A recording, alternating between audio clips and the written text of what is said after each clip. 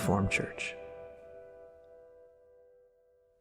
What we have been doing, right, and what the Lord has been preparing us for is to be able to take the gospel, right, which is an unpopular message, and to popularize it, right, to make it popular.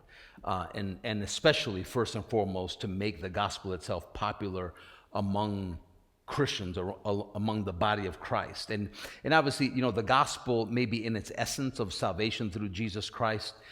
The way people look at it may be understood thing among Christians, because if you're a Christian, you're saved. So that's how you started, was by believing the gospel. But what happens is, and what happens very frequently, unfortunately, in the lives of Christian people, is that you start off the right way and then you derail and you start getting into a lot of things. And it's not because, Christians just have a tendency to go that way. It's really, it's a doctrinal thing within the church, right?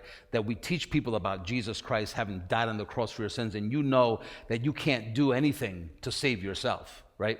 Salvation has to come through Jesus Christ. But what happens is people don't see all of their lives that way. They see, like, I can only be saved, quote unquote, like I'm going to heaven, the way people see it sometimes. I can only be saved only through Jesus Christ, but I can live with a little bit of me and a little bit of God in the mix, right, throughout my life. Or some people just think that you're saved, and then everything you have to wait until Jesus' return to be able to receive anything that is part of your inheritance of what Jesus came to give. So really, what are I say our mandate from the Lord, but it's not really a personal mandate, right? The gospel is the mandate of every pastor, of every Christian, right? I mean, it's the good news that he puts in us that just comes out of you naturally. But what we are definitely, and I'll say it like this, what we really believe the Lord is really doing in and through us is popularizing the gospel so that it can be clarified to people, so that we can take the very things that Christians believe, right, and just help them to expound that same thinking throughout all their lives, right, and not just it be something that happened once. And then, Miss Lindsay, I think it was her that was praying about it, about, the Lord not having deferred our hope. What Scripture says is that the hope that is deferred, in other words, when hope is put off, it makes your heart sick, your mind, right? Obviously not this, because the only purpose of this thing is to pump blood, right? So even though people point at this a lot when they talk about their heart, this has nothing to do with anything. It just pumps blood. When the Bible or when people are really talking about in my heart, they're really talking about their mind, right? So when your hope is always deferred, in other words, when you can't have an expectation for today, but any good expectation that you have has to wait for Jesus to come back, that makes your mind sick. Right? Because what kind of salvation is it that I have to suffer and live like everybody else on this world, right, that doesn't have Jesus? Like, what use is Jesus to me then, right? Why do I even have to be saved?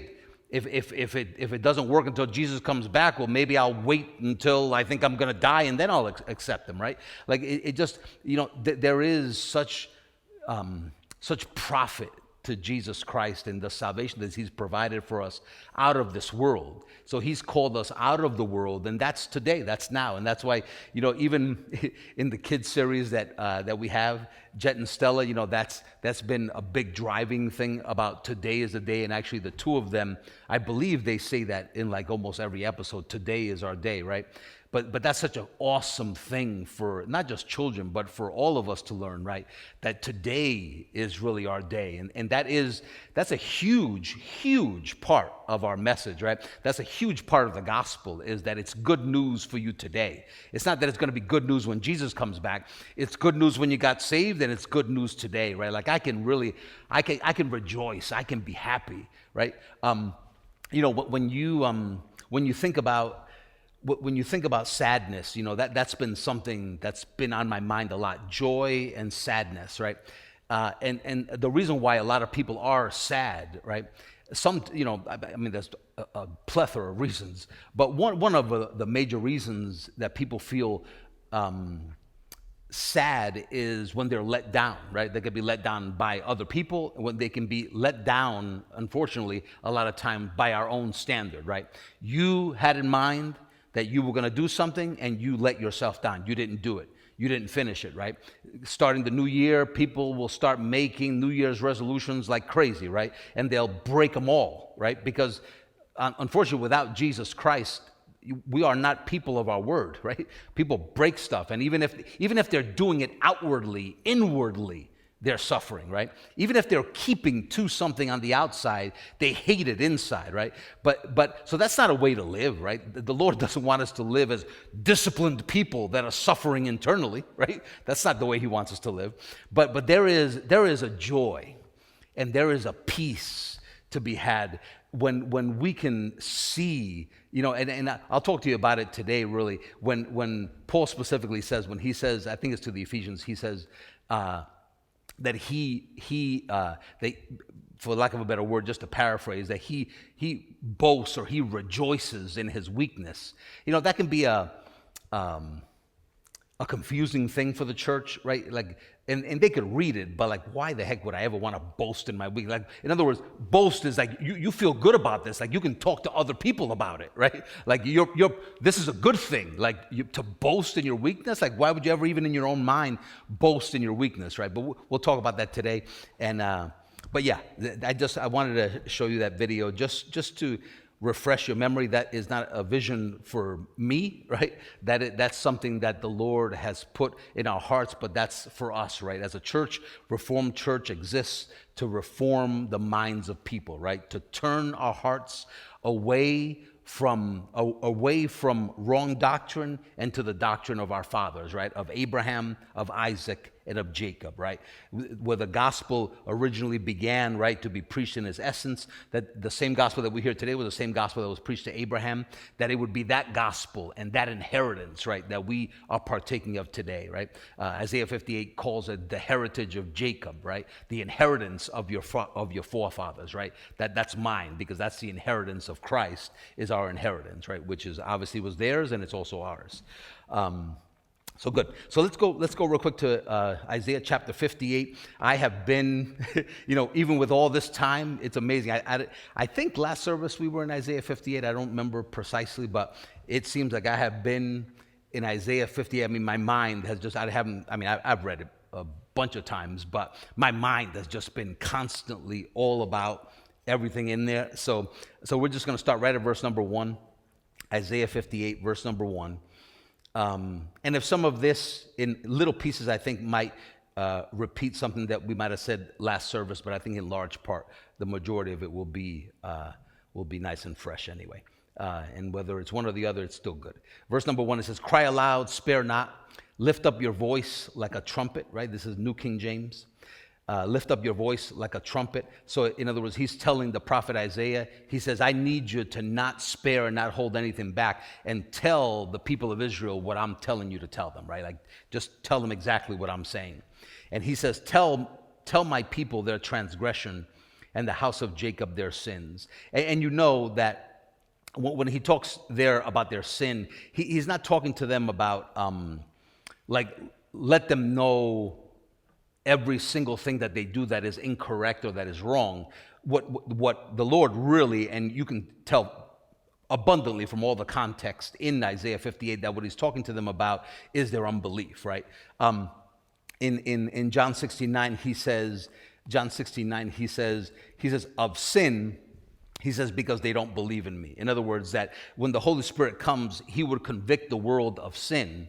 And you would think, right, especially the way sometimes people talk, that when you say the Lord convicting the world of sin, that it would be talking to them about what? About murder, about stealing, about all of these different things that are happening in the world, right?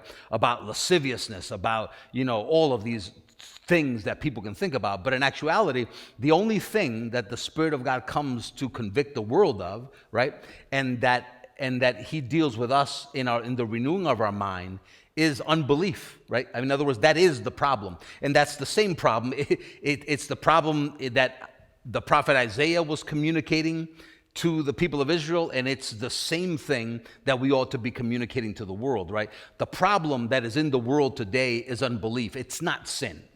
Sin is not the problem in the world, because I can't really consider something a problem when it's been solved, right? It's resolved. It's not a problem anymore. It's just that people don't see the answer, right? But sin is not the problem. Death is not the problem. Unbelief is the problem, right? Unbelief in Jesus Christ is the problem. So he says, tell them that. Like, don't hold back. Tell them, right? And then he says, in verse number 2, he says, he just to paraphrase for you a little bit, verse number 2 is that, there are people that were like wanting to know the Lord, right? They were seeking to know him. They would like daily do things in order to try to get near to God themselves, right? Trying to push nearer to the Lord, right? Verse 2 says, yet they seek me daily. He says, tell them their sin. He says, but yet they seek me daily and delight to know my ways as a nation that did righteousness and did not forsake the ordinance of their God. They ask of me the ordinances of justice. And I believe what that means is the ordinances of justice means righteous judgment. They ask of me righteous judgment. They delight in approaching God. In other words, they delight in drawing near to me. This is going to be a key thing, right? Because to most Christians, that sounds right? They delight in drawing near to me, right? But do you know what's wrong with that? Just those words. If you just think about it for a second, what's wrong with me thinking that it's wrong for me to draw near to God, right? Because the truth is, right, if you're thinking about it in context, right, and there may be, I don't know, a correct way to say that, but at first glimpse when I saw that is that it was the Lord that reconciled us to him. Right? In other words, I don't have to try to draw near to God, right? I have to understand how he drew me to him. In other words, how is it, Lord, that you reconciled me to yourself? And believing how the Lord has reconciled me to him is how I can be near the Lord, how he can come and reside and live on the inside of me. But I think, but the problem is that when we think that there is something that we can do to draw near to him, like, what could you do? What could you do? Could you pray enough so that God would find it? In other words, if you put Jesus aside and everything that he finished aside, could you do enough just by yourself? Could praying do it? Could fasting do it? Could meditation do it? Could, what could you do for you yourself to be able to draw near to God apart from Jesus Christ? Nothing. There's nothing that an individual could do. Now, they had zeal in that direction, right? Just like there are many people that have a zeal to know God, and they belong to lots of different cults and religions that are out there, right? But there will never be a person that is not a Christian that can draw near to God, right? Apart from Jesus Christ.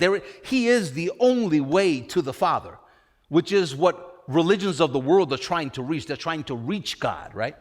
But there is no other way to God apart from the way who is Jesus Christ, right? So people try, and obviously the people of Israel did try. They took delight. They didn't delight themselves in the Lord. They delighted themselves in approaching God. Their delight was in what they were doing. And you'll see it in a second why that's true. But they were doing things and they were delighting themselves in the thing that they thought would draw them nearer to God instead of just simply just delighting themselves in him, right? In other words, if God has already reconciled me to him, why do I have to rejoice in what I'm doing to reconcile myself to him? I could just rejoice in him because he already reconciled myself to him, right? So if I'm reconciled to him because of what he's done, just thank him and do it, right? Thank him, thank you, Jesus, and go in, right? It's simple, right? If someone already paid for me to have access to something, why am I going to persist in trying to pay for something where I've already been paid? Like, just walk in. Stop trying to work for something and to pay for something where your money is no good. Just walk in, right? But unfortunately, we start off right many times, right? As Christians, obviously, we start off right because we're saved. But then we get into this thing where we believe that there are things that we can do to help a situation. And again, what happens is when we can actually see ourselves apart from Christ, well, let me say it this way, clearly. when you can just rejoice and see the benefit of what Christ has done, you are rejoicing, quote unquote, in your weakness, right? In other words, if you acknowledge Jesus, if anything is happening in your life, right, and in any way in your life, regardless of what's happening, you're acknowledging the Lord, you're saying, I can't, you did. I can't, you did. In your job, you're saying, I can't, you did. But a lot of times, even in our work, we think like, you know what? Yeah, like, and believe me, we think this, right? Yeah, look how good that came out, because I just have that way about me, I can just do this stuff, and I can do this, and I have this charismatic thing about me, or I have this little hidden, or I've always been very particular, I've always been very meticulous about things, and that's why I do such a good job at my job, because I'm so meticulous in what I do. Or I'm a perfectionist, and I'm such a perfectionist, and that's why, my boss loves me. They may not like me, right, because I'm always after everyone, but, right, and we attribute. When you're attributing something to yourself, you're saying, I'm powerful, therefore I don't need to acknowledge God in that area of my life. But when you just acknowledge Jesus and you say, Lord, I cannot. Like, there is nothing of me that I want involved in my day-to-day work. There is nothing of me that I want involved in the ministry. There is nothing of me that I want involved in my family. There is nothing of me that I want involved in being a husband to my wife. There is nothing of me that I want involved in being a dad to my kids. There is nothing in me that I want involved in being a granddad to my grandson, right? I don't want any of me involved. So you acknowledge Jesus in that. I don't have to major on my weakness. I just have to major on the Lord. And by connection there, right, I am rejoicing in my weakness, right? Because the reason why you acknowledge him is because you know that you can't. But sometimes we still cling to little things. Like Paul said, you know what? Everything that I used to lean on, I counted all as refuse, as dung. All of it. It's garbage. All of it is, right? Everything that I used to cling to that I thought gave me status in the community, all of it, I counted all as dung. But so many Christians still, right, we have little things and we think, oh, that was, the Lord, he made me this way. Well, are you talking about the new creation that he made you, or are you talking the talent that you were born with, right? Because sometimes that's what we're clinging to, like some talent, quote unquote, that we were born with that has defined us who we are, that we call ourselves after that. We call ourselves perfectionists. We call ourselves charismatic. We call ourselves, I'm not afraid, I'll speak out. I speak my mind. I'll whatever, right? And it's awesome when we can take and begin to acknowledge the Lord. And you know what? In all of those little things, because what will happen is, when the big things come around, and they will, right? How can we acknowledge the Lord in big things when we're not able to acknowledge the Lord in the smallest and the least of things, right? So it's awesome when the Lord takes you, in that prophecy, the Lord said that he was teaching us how to take care of a bear, a lion, and even a giant, right? In our hearts and in our minds, we have to be able to go just a step at a time growing in the Lord. And that means learning to acknowledge God in the little things that you're doing today. There could be nothing going on. You're just spending time with your kids, let's say, right? Spending time with your grandkids, let's say. But that is an awesome time to acknowledge the Lord and say, you know what, Lord, I don't know how to be a grandparent to this child. I don't know how to be a good parent to my children, right? Even though my kids are both grown, right?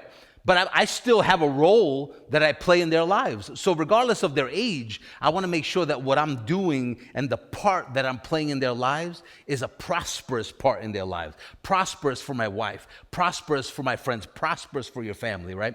It's an awesome thing to be able to acknowledge God in the least, in the smallest details of things, so that we can really, it can be a reality in our life that it's no longer us that live, but it's Christ that lives in and through us. And we can say, you know what? It's not me that's doing it. It's the grace of God in me, right? That's bringing such abundant, profitable labor in everything that you do, right? And then, you know what? Your life becomes, how joy-filled is someone's life who has no expectation for themselves, and all of their expectation is in Jesus Christ. Zero. In other words, if you have no expectation for yourself, right, then you can't let yourself down. But if all of your expectation is based on every single promise that the Lord has fulfilled through his finished work, and that it will surely come to pass in your life if you just simply believe in him, right? How much joy can your life be filled with when you're not letting yourself down? And Jesus surely is not going to let you down, right? So it's just about, you know what, when anything is slow coming, just, you know what, then amp up, right? Your time with the Lord. In other words, it's never us waiting for God. It never has been, and it never will be us waiting for God. I know that, pastors try to spin that a little bit about waiting for God. We are never waiting for him. He's been waiting for us forever. Literally forever, right? He's been waiting for us forever. Just believe him. Just believe him. That's it. Just believe him. Just simply believe the Lord. So he says at the end part of verse number 2 there, Isaiah 58, he says that they take delight in drawing near to him. And they say to the Lord, they say in verse number 3, why have we fasted? That's their work, right, that they were doing. They felt that they could draw near to God if they could fast physically, which in other words to them was just the abstinence from food, right? Why have we fasted, they say, and you have not seen? Why have we fasted and you have not seen? You know what is major about that verse right there? Why have we fasted and you, God, have not seen? Why haven't you not noticed, right? What they're majoring on right there is their work and not his. That's the problem with that. What's the problem with fasting? There wouldn't be any problem with fasting if it were about his work and not yours. If you don't want to eat and just take time to just think about Jesus, fine. But you're not eating has nothing to do with anything, right? It's just you majoring on his work. But that is not, in other words, when people fast, believe me, and I know because I did it, right? I have been there and I have done that, right? Where you think that you're actually more spiritual because you just fasted. It doesn't matter if you learned anything about the Lord. It doesn't matter if you were meditating on Jesus or not. It's just that you weren't eating. So because you weren't eating, you were doing something quote unquote spiritual, right? And you take delight in that. So to delight yourself in a fast, but not delight yourself in the Lord, right, is the problem. That is the heart of the problem, right? Why have we fasted, they'd say, and you have not seen? Why have we afflicted our souls and you take no notice? You know what to afflict your soul is? To chastise yourself. In other words, why have I been chastising myself, right? Why have I been trying to correct myself, fix myself, do all this to myself, and you don't care? Because that's why, because you're doing it to yourself. The Lord never called you to chastise yourself. There's not a single verse in the entirety of the Bible where the Lord says, chastise yourself. The Lord said he would correct you, and that's your mind. The Lord will correct your mind. But think about it honestly about yourself. How many times are we not trying to correct our own behavior, correct ourselves, correct our thinking, get rid of our sadness, bring in joy, right? Find happiness, right? And we would think, well, I'm just trying to cheer myself up, right? With what, right? You're going to cheer yourself up for how long? How long is that going to last you, right? Cheering yourself up, right? You don't need to find your own pleasure. You don't need to, listen, here's the problem. Because you could say, well, what could be wrong with me trying to cheer myself up? The problem is that you think it's going to work. And when you feel even slightly happier from what you've done, you will pat yourself on the back, and that will be your method of trying to cheer yourself up next time, right? Because you think you found something that works. It's weak and unprofitable, and it don't work, right? We don't work apart from Jesus, right? Don't try to cheer yourself up, right? Rejoice, and this is what the Lord was just sharing with me days ago, probably weeks ago at this point, but, right? It says, can you rejoice in me, right? Can you rejoice in me? Can your rejoicing be in me? Instead of you rejoicing in what you do, or what you're trying to do for yourself, or what you're trying to do for your family, right? Oh, I love to give people, I love to give gifts because it fills me with so much joy. You have a problem. You have a problem. The only way you can get joy is when you give something to someone, that is a problem, right? You're taking joy from what you do, not what he does. And people say that all the time. Oh, I'm a giver. I'm a natural born giver. I love to give to people. It just gives me joy to give. Right? You should be rejoicing in Jesus, who gives you the power to get wealth, not in you getting something because you want to get happy when you give it to someone, right? It's a failing proposition, people. It doesn't last. We are not good at making ourselves happy, right? So if instead of trying to make yourself happy, you just look at what he's done. Look at what he's done and listen, you know what it'll do? It'll give you a breath of fresh air because you're actually going to rely and acknowledge something that actually does work, right? Did work and is effective and profitable in your life today. You don't have to try to do it for yourself. God has not called you to do anything for yourself except the only thing that he's asked you to do for yourself is to believe him. Believe him. That's it. Just believe him. Watch. He said, why have we afflicted our souls? In other words, why have we corrected ourselves, chastised ourselves? Why have we been disciplining ourselves, but you take no notice to me how I've been disciplining myself? I've been trying to be good. Well, but trying to be good has failed you all your life. Why are you still trying? Right? You have failed at controlling yourself forever, right? Temperance is not something that you have apart from Jesus. Temperance, which is control of yourself, is a fruit of the Spirit of God in you. Temperance comes from the Spirit in you. In other words, you're filled with temperance. Why are you trying to manufacture it out here? Right? You're filled with joy. Why are we trying to manufacture it out here, right? Acknowledge the Lord as your temperance and say, you know what, Lord, I couldn't stop by myself if I tried, but I'm acknowledging the one who has put temperance in me, right? And you will work things out by your power. We live now, then, we can outwardly live by the power of God. You can live today outwardly by the power of God. Every step that you're taking, everything you're doing by the power of God. You think you do good work? Imagine if your job was being done by the power of God. How much more profitable could you be? How much more profitable could you be in your business if it's the power to wealth that the Lord put in you, working in and through you?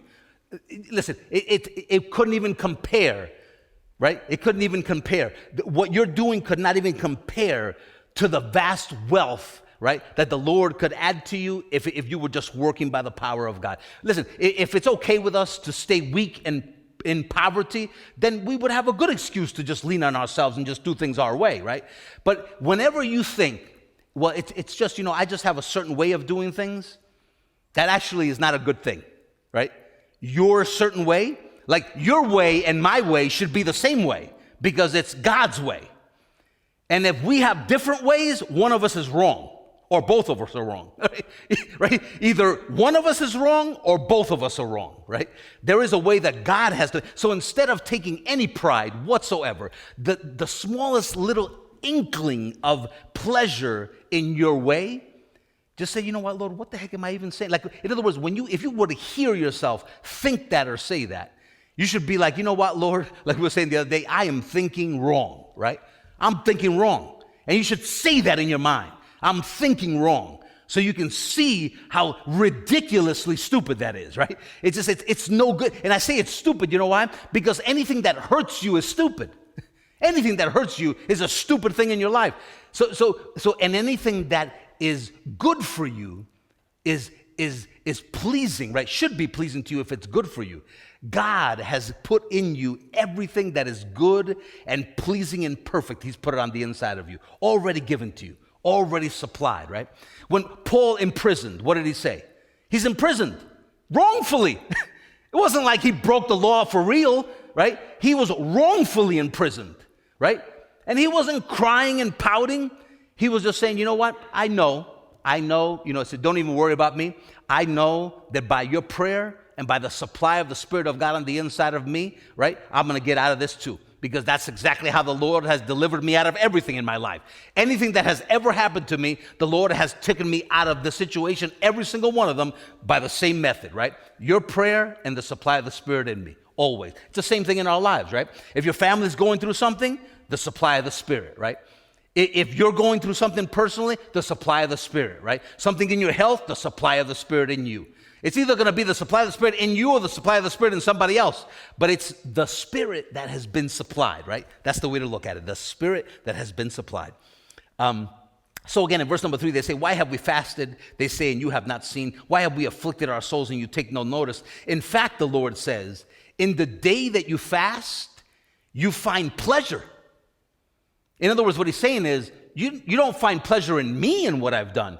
You find pleasure in what you do. right? That's the correction that they needed. In other words, what Isaiah is saying is, he's saying, I need you to understand, he's saying to them, I need you to understand that you can rejoice in the Lord, and the problem that you're having is not that you don't have a zeal to want to know God, it's that you're going about it the whole wrong way, and it's bringing you nowhere. You're like a hamster on a hamster wheel, right? You're just going round and round, but you're not getting any iota closer to the Lord. You may feel like you're closer, and you may convince yourself that you're closer. Believe me, I knew what it was to read my Bible for hours and not have a clue what the heck I'm reading. But because I read it for hours, I feel like, oh, it feels so good. What did you read? I have no idea, but it feels good, right? But if you don't know what you're reading, it's unprofitable to you. It's doing nothing. You might as well go read the New York Times, right? It's doing nothing to you, right? You might as well, if you're going to do something, it's even in something like reading your Bible. Well, you know what, Pastor Jose, that's true. When I read my Bible, I don't understand either. Acknowledge the Lord in all of your ways. Even he was the one that wrote it, right? He surely can explain it to you, right? And he will explain it to you in the exact terms that you need, right? Sometimes the Lord just has to break things down for us differently, and that's okay. The Lord knows how to speak every language, even your dialect, in the way that you think, right? Because sometimes our thinking is in a dialect that's not quite English, right? But maybe it's a mix of a bunch of stuff, right? And we have this dialect in our thinking, right? And the Lord knows how to speak that, right? And he will get to you what he needs to get to you for you to understand it. Don't approach the Bible and be scared of it. Approach the Bible like, you know what? My daddy wrote it. My daddy wrote it and he lives in me. I can surely understand. I can surely understand, right? In fact, in the day of your fast, he says, you find pleasure and exploit all your labors. Indeed, you fast for strife and debate and to strike with the fist of wickedness. You will not, he says in the latter part of verse number 4, you will not fast as you do this day. In other words, the way you're doing it is not actually a fast. You call it fasting, but that's not fasting. He says to make your voice be heard on high. Actually, Miss Lindsay, in her prayer, the end portion of when she was praying, she was praying about coming boldly, she said, to the Lord. That is how you draw near to God. You draw near to God through the righteousness that he has given you, where you're able, right, having Jesus Christ as your high priest, right? You're able to draw near to God whenever you want. And you can come boldly, not coming like groveling. See, there's a misconception in the church about kneeling down, right?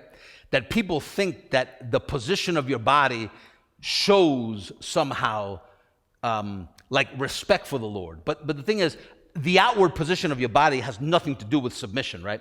It's your mind and your heart that you submit to the Lord. So it's a heart that says, Lord, you know what? Anything that I would say of myself, anything that in other words, my judgment is flawed in every way. So therefore, I believe what you say in everything.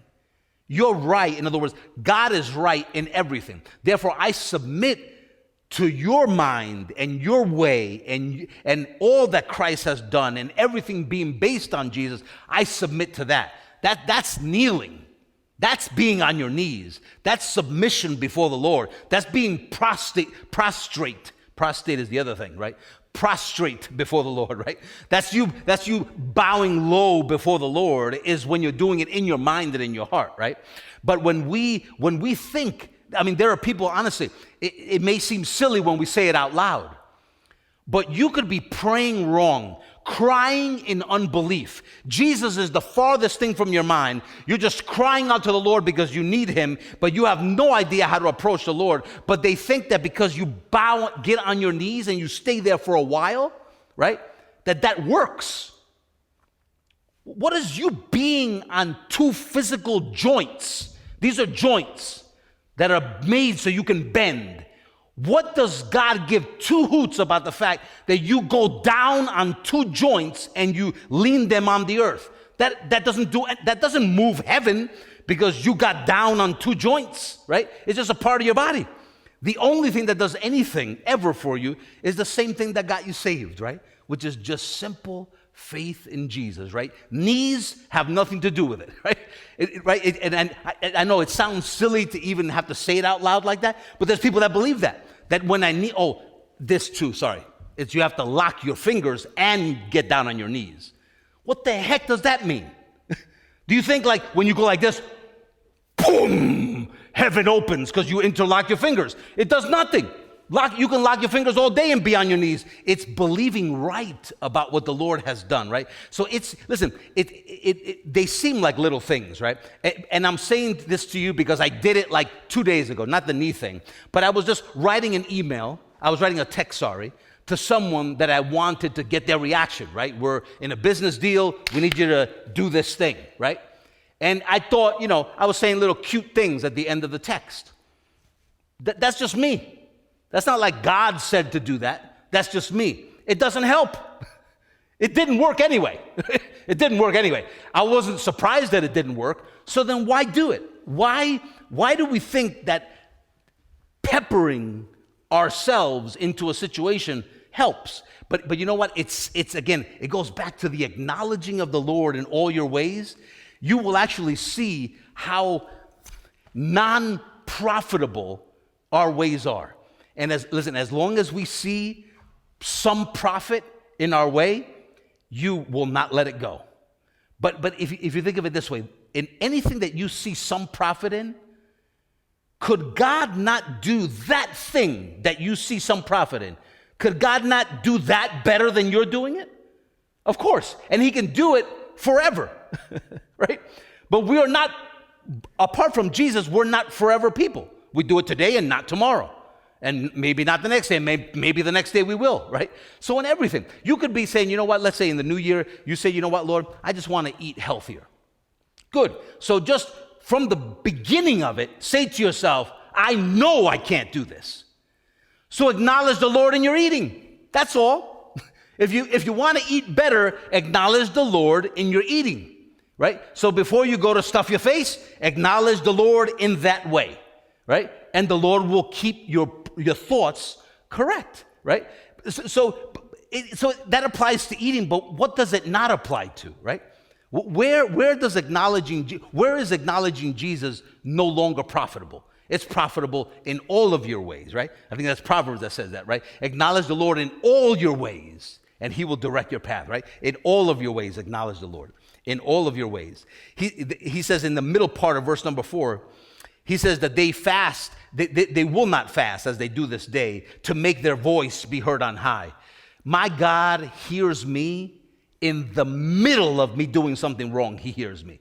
Right in the center of me doing something wrong, if I said something to the Lord, he hears me, right? Because I'm righteous, right? And the Lord hears the cry, the voice of the righteous, always. There's never a time that the Lord, his ear is closed off to my voice. Never, right? So I don't have to try to make my voice be heard, right? By doing nice things, right? I just know that I'm heard, right? The Lord says, is it a fast that I have chosen, a day for a man to afflict his soul? In other words, have I chosen that for you to discipline yourself, for you to chastise yourself, for you to do things to yourself for me, or even for your own profit? The Lord would say, I have already profited you so well. Another way to look at that is, has the Lord not profited you enough that you have to seek, right, pleasure in your own way to bring something to pass, right? You know what the thing is? Let me clarify something for you. There's lots of things that I do that are not the Lord doing them, right? But there's a difference between you living like that or doing that regularly. There's a difference between just doing that without any mindset on the Lord, or doing something but acknowledging the Lord first in it, right? In other words, maybe I'm not mature enough yet in the Lord for certain things to be happening in my life, right? I don't know enough of what he's given me in a certain area to be working 100% in this area, but I can acknowledge the Lord, right? I can acknowledge the Lord in every single area of my life and go about doing what I'm doing, but the thing is, I've acknowledged him. In other words, I have said to myself, I need you, Jesus, in this area of my life. And I'm going to do this thing the best that it comes out, but I know that this is not the best. You are, right? And I actually don't want to do it this way. I'm going to do it, right? But I don't want to do it this way, right? Because sometimes, you know what? When you got to do something, I have to get up and go to work, right? When I don't feel like working in a day, right, I can acknowledge the Lord and I can say, you know what, Lord, today, actually just did this the other day, right? Work had just been very slow, right? Lots of people are out, but I wanted to sell my vacation time and take the money instead, so I'm saying I'm going to work, right? So I worked. I'm saying, man, but this is dragging. I said, Lord, you know what? I need this day for you to show me exactly what I can do so that my time can be profitable for me and profitable for the company that I'm working for. And I spent that day, it's so profitable that when people get back from their vacation, we got stuff to talk about, right? When they get back, right? Because it was so profitable, right? But I could have spent that just harping, everybody's gone for the day, and I can just get on my phone because, you know what, nobody's calling anyway. There's no meetings or nothing, so I can just play on my phone and be as unprofitable as the next person because, well, my boss is even out. Nobody's really watching me. I'll just do whatever I want, right? But that's not God's way of doing it. So instead of doing things my way, I said, let's do things His way, right? So it's in everything, right? In every single thing, acknowledging the Lord, and you are actually declaring your weakness in acknowledging Him because you're saying, I can't, Lord, but you did. He says, is this a fast that I have chosen, a day for a man to afflict his soul? Is it to bow down his head like a bulrush? I don't really know if that's I'm sure, positive, there's more to bulrush, but I guess bulrush is some sort of a plant that bows, right? But I'm sure there's more to it. God's not trying to teach us about the bulrush plant, right? So is it to bow down his head? In other words, is it about what we were saying before? Is it about physical things that you do to yourself? Is it about kneeling? Is it about what you're doing? Is it about your work? Is it to spread out sackcloth and ashes, right? And the Lord was the one that instructed the people of Israel about sackcloth and ashes, and He's the one that's saying, is that actually really what I've told you to do? No, that's not what it was about, right? It wasn't about your work. He says, would you call this a fast? Would you call this, another word for fast there is the rest. Is this what you would call rest? Think about that for a second. All of those things that I just told you, fasting, not eating, right? Like you want to eat, but you're not going to eat. And the feeling of this constant hunger and nagging throughout the day until finally you get to eat. Or the kneeling and the bowing and the up and the down and the thing about, you know what, this body, you're going to listen to me and you're going to get in shape, so I'm going to make you suffer. And even though my shoulder is killing me, I'm going to make you do it anyway because I'm going to put you in submission, right? What are you doing to yourself? The Lord never called you to do that to yourself. Did the Lord ever call you to hurt your own body? He called you to love it and to nourish it and to care for it, right? If your body is screaming at you because it's in pain, don't give it more, right? You don't fix your body by mutilating it, right? So you care for your body. You don't fix yourself by trying to bring your own body. Listen, the Lord says, you know what? If you could control your tongue, you could control your whole body. I know that none of you or me, apart from Jesus, can control our tongues. None of us, right? So that means you cannot control your body. You can't control the littlest organ in your body. You can't control that. You can't even stop blinking if you wanted to, right? How can you actually control the entirety of your body? You cannot. But with Jesus, though, living by the power of God, it's everything. If you needed to control your blinking, He would control your blinking, right? It doesn't matter what it is. Acknowledging the Lord in all of your ways. He's your temperance. He's that control that you've been looking for, right? He's the one that can curtail the way you eat, the way you exercise. He can show you the things that are good to do. He can make, watch, this is a very new concept, He can make your day, whether you're working, right? Whether you are retired, whether you are exercising, He can make your day enjoyable because you're taking your delight in Him. In other words, every time you acknowledge the Lord in your work. See, some people think that happiness comes in retirement. But I know so many people that are retiring. And then you know what they do? They come right back and now they're consultants, right? Because they're driving themselves nuts, right? Happiness is not anywhere out here. You're not going to find it. Don't look for it in retirement. Don't look for it in money. Don't look for it in anything. There is happiness in none of that stuff. Read the book of Ecclesiastes. It is all vanity. It is all no good, right? But in Christ, there is so much joy. There's so much fulfillment. There is so much, what can I say? There is so much sufficiency. There is so much enough. There is, you know what it is to be able to live with enough of everything, right?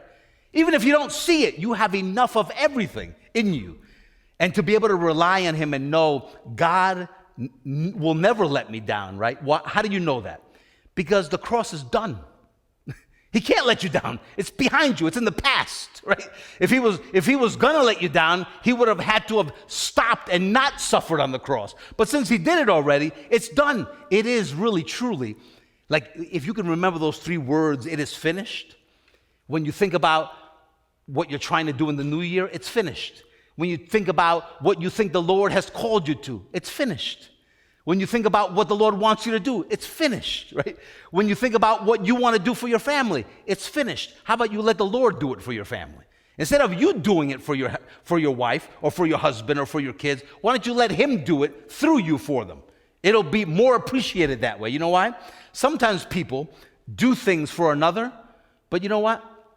Behind closed doors, that was really nice, but I have 5 of these already. Really nice. Thank you. Yes, but I didn't need it.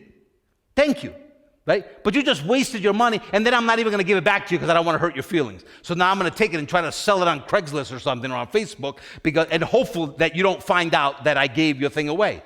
But how about if we cut all of that, and then you can give, if you want to give someone a gift, right? Give them the gift that the Lord knows that they need. Imagine giving someone something that they actually need. And sometimes people don't actually need anything physical. Sometimes they just need you to go out to lunch with them. And you could just say, you know what? This year, instead of giving you something, how about I just wanted to take you out to lunch? But see, it's just, we don't include God in everything. We think that we are good at gift giving. I'm such a considerate person. I always think about great ideas, all by myself. I always know exactly the perfect gift to give to people, right? Fine. Like you're saying in that, you're saying, I am powerful, don't need Jesus. But he said, in my weakness, he said, that's when I'm strong. Why? Because that's when you acknowledge the Lord, right? But if we would acknowledge that we're weak in everything, we would be quicker to acknowledge the Lord in everything, right? But when you think you're not, you won't, right? Let's wrap up quick here. He says, would you call this a fast? He says, an acceptable day to the Lord. In other words, what he's saying is, would you call this restful? Do you think that this is the rest that I came to give you? Would you call this acceptable to me? In other words, would you call what you're doing right now? He's talking to the people of Israel and he's talking to us today, right? Would you call what you're doing acceptable to me? But you know what it is? We know what's acceptable to him. We know what's acceptable to him. And we'll touch on it in a second, but he touches on it actually in verse number 6. He says, is this not the fast that I have chosen? And then what he talks about in the next several verses is just Isaiah 61. He says, this is the fast that I have chosen. This is the rest that I have chosen. To loose the bonds of wickedness, to undo the heavy burdens, to let the oppressed go free, and to break, it says, every yoke. It is not to share, is it not, he says as a question, is it not to share your bread with the hungry? And that you bring to your house the poor who are cast out, when you see the naked to cover him, and not to hide yourself from your own flesh?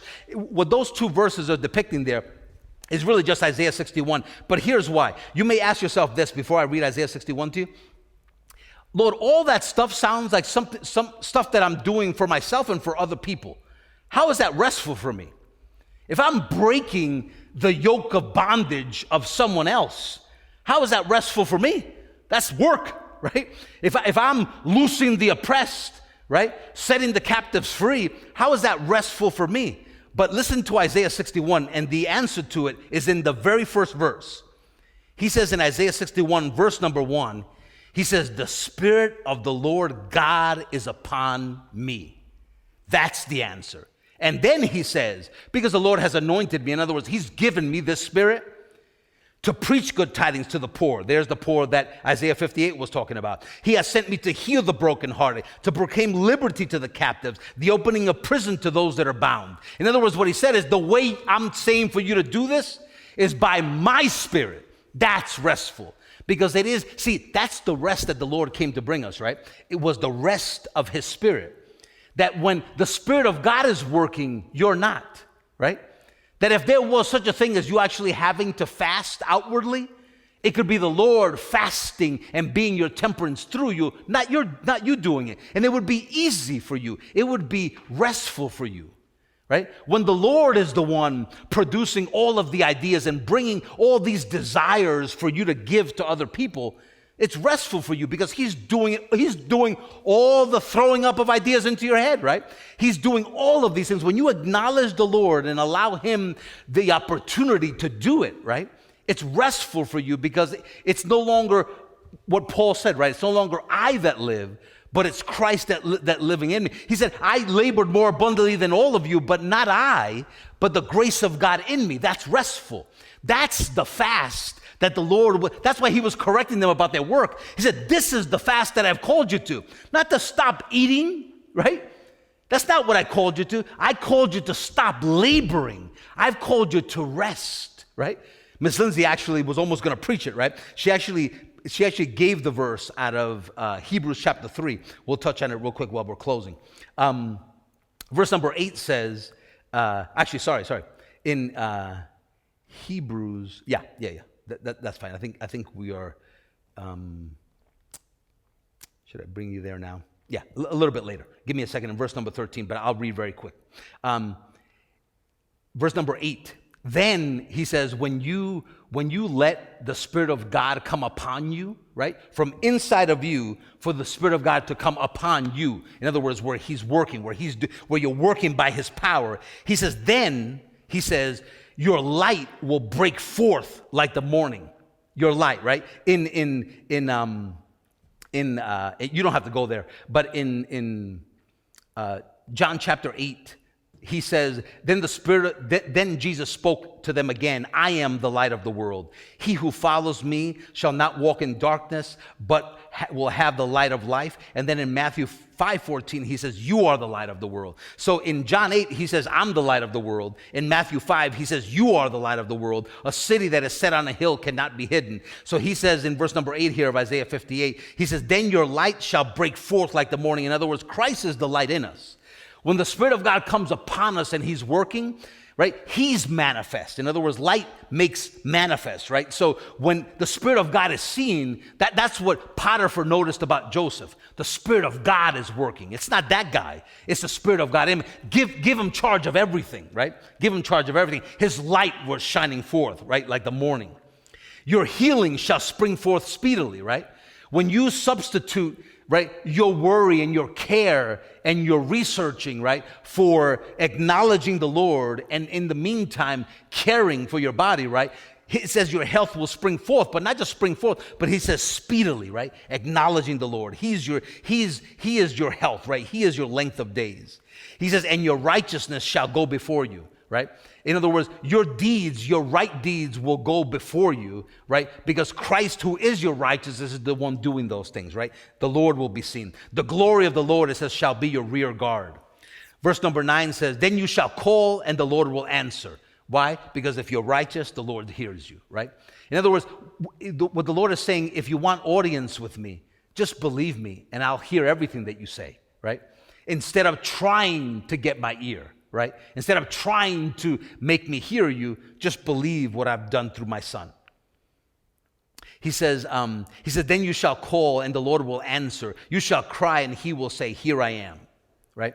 If you take away the yoke from your midst, the pointing of the finger and speaking wickedness, which is just speaking unbelief, right? Verse number 10 says, if you extend your soul to the hungry, if you satisfy the afflicted soul, then your light will dawn like the darkness, and your darkness shall be as the noonday, right? The Lord will guide you continually. He says, satisfy your soul in drought, strengthen your bones. He says, you'll be like a watered garden. Listen to this. because Miss Lindsay picked today the song Bursting Forth was her selection today, right?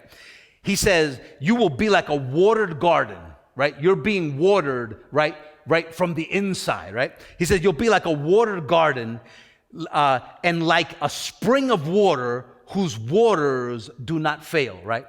He says actually, right, when he says your waters do not fail, in John 4:14, we don't have to turn there, but it says, but whoever drinks of the water that I shall give him will never thirst, but the water that I shall give him will become in him a fountain of water springing up into everlasting life, right? So the Lord put a spring of water on the inside of you. Acknowledge him so he can spring up, right? Acknowledge him so he can spring up. You'll find that also in the Jet and Stella episodes in there too. He says, jump to verse number 13 real quick, and we're going to be ending here in verse number 13, and we're doing great on time, right? Verse number 13 says, listen to the wording. If you turn away your foot from the Sabbath. Has he mentioned the word Sabbath yet in all of Isaiah 58? No, not even one time. All that he's been talking about is about fast. But fasting there, he was talking about rest, right? The rest that they could have by the Spirit instead of trying to reach God themselves with their actions, with their stuff, with what they do, with their rituals, right? He says, now he introduces Sabbath, which Sabbath, right? The Sabbath day of rest, right? The Sabbath day of rest. There was a message that I preached a whole lot of years ago, and I'm sure there were things in that were not 100%. It was probably 15 years ago or more, but something like that. But there was a word that I remember called Sabbatism, right? And Sabbatism was just, right, it was a word that the Lord was showing me about not a day of the week, but where we live. In other words, the Lord wants us to enter into his rest. His rest. That's a key thing. His rest, not my rest.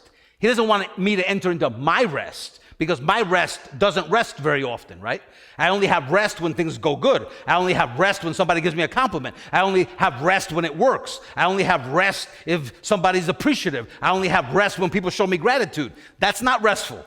That's like roller coaster, like up and down, Hershey Park, Six Flags, right? That's not good. That's no way to live, right? But you can live with joy and fulfillment and sufficiency, right? When you enter his rest. In other words, he labored, you're resting on what he's done through the cross, and you're entering into his finished work. In other words, that's why it says about the Sabbath, it says the Sabbath was established because the Lord labored for 6 days and rested on the seventh because he had finished his work, right? He created everything in 6 days and then stopped because he was done. That's the Sabbath, right? What the Lord was trying to teach him, it's not about a day of the week.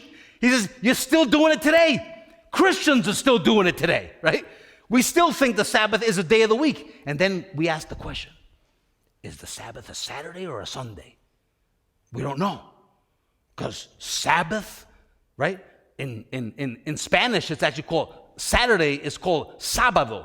Sabbath.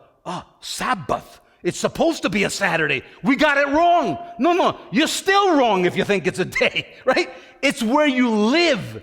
The Lord wants you to enter into his rest. In other words, he's saying, I work so hard so that you don't have to, so that you can come in and my Spirit can come upon you and your life can be about setting captives free. Your life, listen, you I'm talking to, every single one of you, can lay hands on the sick and see them recover. You can see blind eyes open. You can raise the dead, right? You can do that, right? Why? Because he's already finished. He's done. And he put that life in you. All that you have to do is let it spring up out of you. Let it just spring up out of you. So, but yeah, I don't know. That still, I can't see myself doing that. Just keep looking at him, right? Keep looking at him, and then it'll become natural for you to see yourself because you will see yourself the way you see him, right? You will see yourself the way you see him. It says if you turn away your foot, your work, if you turn away your foot from the Sabbath, you know that your foot is talking about your work because he says from doing your own pleasure on my holy day. That was the pleasure he was talking about before. They took pleasure in their fast, right? In approaching the Lord. He says, from doing your own pleasure on my holy day. And call the Sabbath, call my rest a delight. In other words, for you to delight yourself in his rest. When you read Sabbath, you should read his rest. His rest. In other words, delight yourself in his rest. In other words, I can rest because I've entered, Lord, into your rest, right? Call the Sabbath a delight, the holy day, the holy day of the Lord honorable. And this is where I've been wanting to get to all service long, right? Was the next few words. When you call the holy day of the Lord honorable, and shall honor him. You see what happens when this is the crux of it all. When you honor the Sabbath, when you honor his rest, when you call his rest something, to call it honorable is that it demands, it has your respect, right? You respect the Sabbath that you live in. To respect something means to heed it. To respect it means you live by it. To respect it means you take heed of what the Lord has said and you believe it, right? To honor that. But when you honor the Sabbath, his rest, what you're actually honoring is what he did. Because the reason why you can rest and the Spirit of God can come upon you is because the Spirit of God is in you, number one. But the reason why he's in you is because of what the Lord has done, right? He has washed you. You were born again by receiving his Spirit because of everything that he did on the cross, right? It's because of the fact that he freed you from sin, right? That you were made righteous and you received the Spirit of God through that righteousness, right? So now that you have that, you can enter into his rest. And when you call the Sabbath honorable, in other words, when you respect the Sabbath, what you're actually doing is honoring Jesus Christ. If anybody's listening online ever to this message, or us that are here today, when you ever get a thought of how can I honor God, there is not a single one of you, not even one of you, that do not want to honor God. Not even one of you. Because we have that in us, that we want to honor him. How do you honor God, right? You respect him. How do you respect him? Respect, in other words, have respect for what he's done. That doesn't mean lip service. That means look at it. Look at what he's done and take it, right? Take heed to what he's done. You're honoring him. He's saying, when you call my rest your delight, you're honoring me. And that, listen, when I read that, I actually titled my note of all the stuff that I just said to you. I had so much stuff I stopped taking notes, but I just called it honoring him, right? Because that is, in essence, all of this is honoring him. And then he says, watch, that you honor him, right? Not doing your own ways, not finding your own pleasure, not even speaking your own words. Listen, you think you're going to get out of a jam because you turn on your feminine charm, right? That stuff doesn't work. People today have all kinds of things, right? And they look at you and like, yeah, that doesn't work for me, right? Or thank you, but I'm married, and you're still gonna get it, right? Or you're trying to kiss up to a judge, or you're trying to get a raise from your boss by being sweet. You know, can we turn off the charm? Can we just turn it off, right? It's like, it should put like a nasty taste in your mouth, right? When you try to turn on the charm, just turn the charm off and acknowledge Jesus, right? He just works, right? And it just works and it does it. And that way we don't have to make fools out of ourselves, right? Trying to put on the charm and then get rejected, right? You know how silly you feel turning on the charm and somebody says, no, thank you? Like, that's pretty foolish, right? So instead of even going that route, just say, you know what, Lord, in all of my ways, Lord, I'm just going to acknowledge you. I'm not going to get ahead in this world by being kind. I'm not going to get ahead in this world by saying my right words, but instead, I am going to stop. I'm going to begin to see my own words as weak and unprofitable by just acknowledging you in my speech and saying, Lord, I want your speech. Even, can I tell you something? Even today, this message that I'm just wrapping up right now, I know, and I can probably remember if I tried, and I don't want to, remember things that I've said, just trying to be a little cute here and there, but you're right, it's unnecessary, and it's unprofitable, and it doesn't work. And the only thing that works out of everything that I've told you are things, right, that the Lord wanted said. That is the only thing that ever works, right?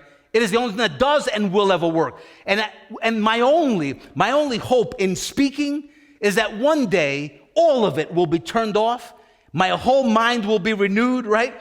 And I know that that's coming, right? A complete renewal of the mind, and then every word that is said is profitable. You know why? Because then you're talking about, see, we don't understand that sometimes with our words we touch people, right? You're always touching people. I want to touch people the right way. I want people to understand the right thing, right? And sometimes people misunderstand, obviously, and hate what you say, even when you're saying the right thing through the Lord, right? But the point is, right? The point is, he says, nor even speaking, it says your own words. Verse 14 is where we're going to stop. He says, then, right? When you're no longer taking delight in your own words or trying to find your own pleasure in the things that you're doing or in your own ways, he said, then that's called delighting yourself in the Lord. That's how you do it. Delight yourself in the Lord is honoring him, respecting what he's done. And I will cause you, he said, to ride on the high hills of the earth. And this is another thing that Miss Lindsay prayed, and it's the last verse that we have here. He says, and feed you with the heritage of Jacob your father, the mouth of the Lord has spoken. He said, then you'll take of my inheritance. As Miss Lindsay was wrapping up praying, that's the one thing that she mentioned was regarding the inheritance, right? We have the inheritance of God right on the inside of us. He said, we'll have that inheritance. And obviously, we that are believers already have that inheritance in us.